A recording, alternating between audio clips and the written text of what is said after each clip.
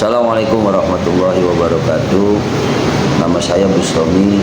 Saya mahasiswa hybrid Istisnu Nusantara Tangerang. Saya ingin membacakan jurnal dalam peran hukum Islam dalam menghadapi tantangan modernitas, studi analisis terhadap transformasi nilai-nilai syariah di era digital.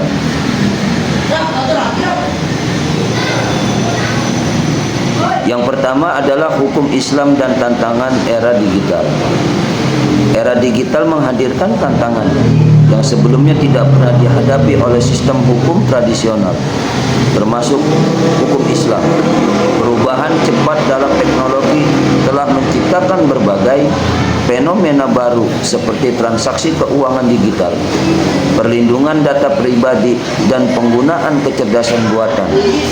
Isu-isu ini menuntut hukum Islam untuk merespon dengan solusi yang relevan dan aplikatif tanpa mengabaikan prinsip-prinsip syariah.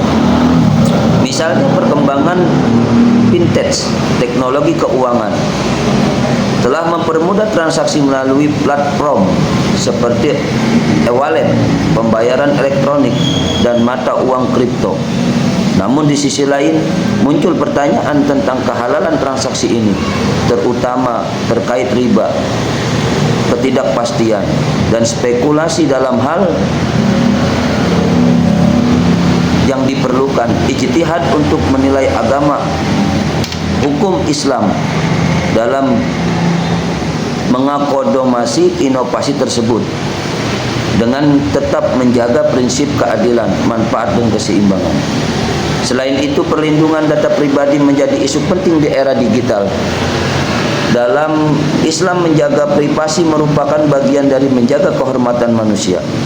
Menyalahgunakan data pribadi melalui kebocoran informasi atau menyalahgunakan untuk kepentingan komersial tanpa izin pemiliknya bertentangan dengan nilai-nilai Islam. Oleh karena itu, hukum Islam dapat berkontribusi dalam merumuskan regulasi yang melindungi hak digital masyarakat.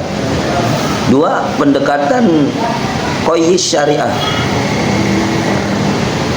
Maqasid syariah atau tujuan-tujuan syariah memberikan kerangka kerja yang kuat untuk mengevaluasi kebijakan hukum dalam Islam.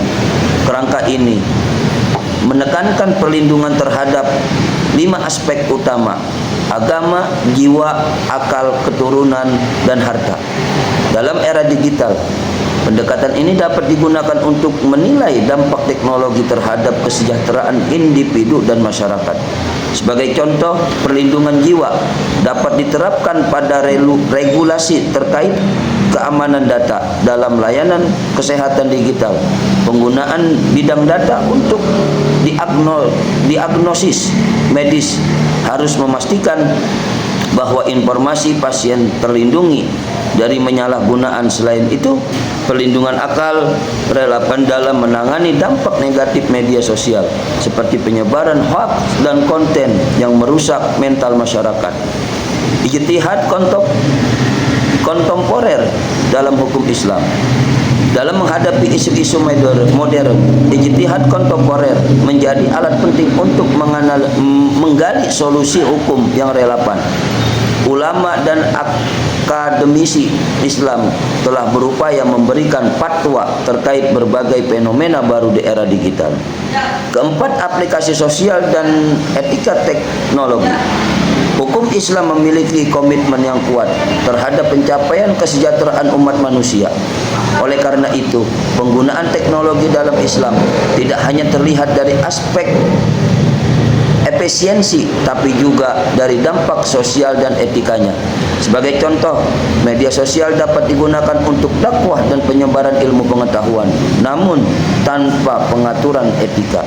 Media sosial dapat menjadi alat untuk menyebarkan fitnah, hoaks, dan konten yang merusak moral masyarakat. Hukum Islam mengajarkan pentingnya menjaga lisan dan tulisan yang relevan dengan menggunakan media sosial secara bertanggung jawab.